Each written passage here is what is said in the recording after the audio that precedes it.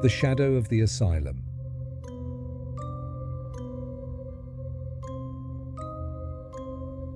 In 1957, a small town in rural New England became the epicenter of a horrifying series of events that would haunt its residents for decades.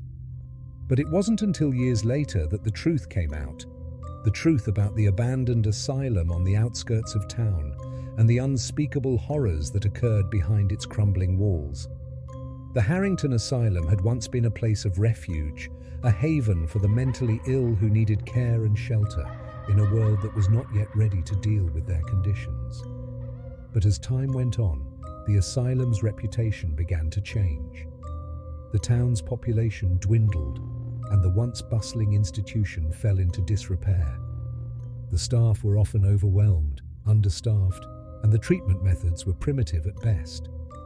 It was a place whispered about in the dark corners of town, where strange noises were heard at night and shadowy figures were seen wandering its halls.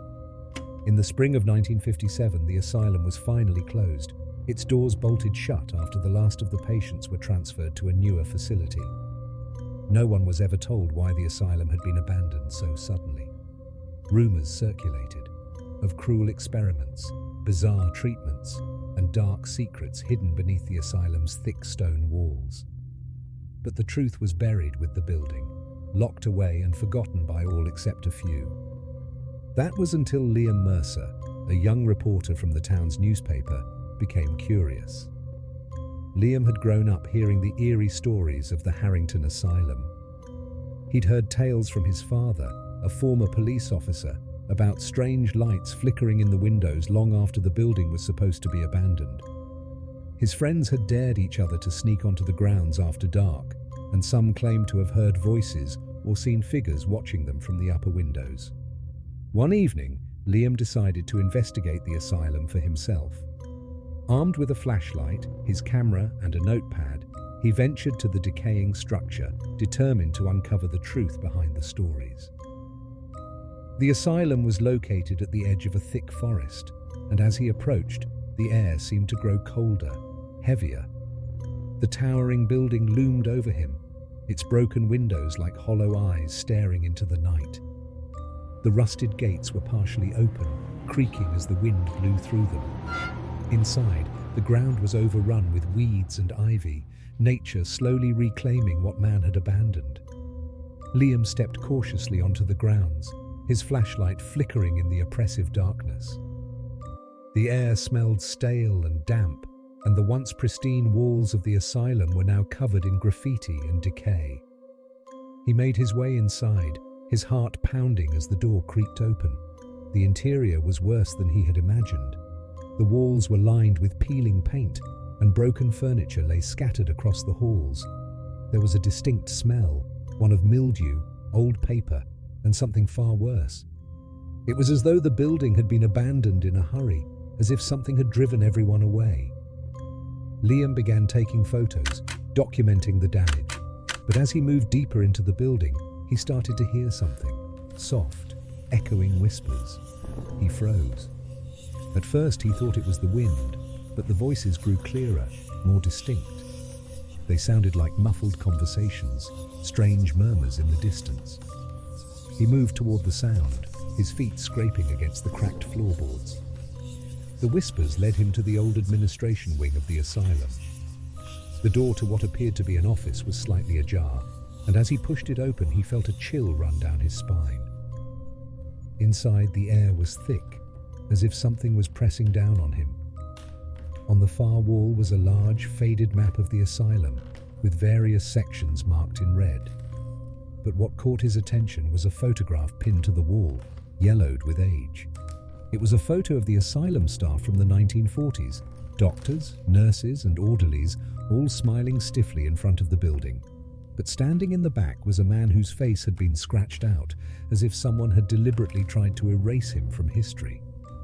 His eyes seemed hollow in the black and white photo, his expression haunting. Suddenly, Liam felt a sharp pain in his chest. It wasn't physical, but more like a pressure, like something was reaching out for him. He turned, and for the briefest of moments, he saw it. A figure standing in the doorway, its face hidden in shadow. The air seemed to grow colder, and the figure moved closer, its feet making no sound against the floor. Liam's breath quickened as the figure stepped into the faint light of his flashlight. It was a woman, pale, gaunt, with dark eyes that seemed to pierce through him.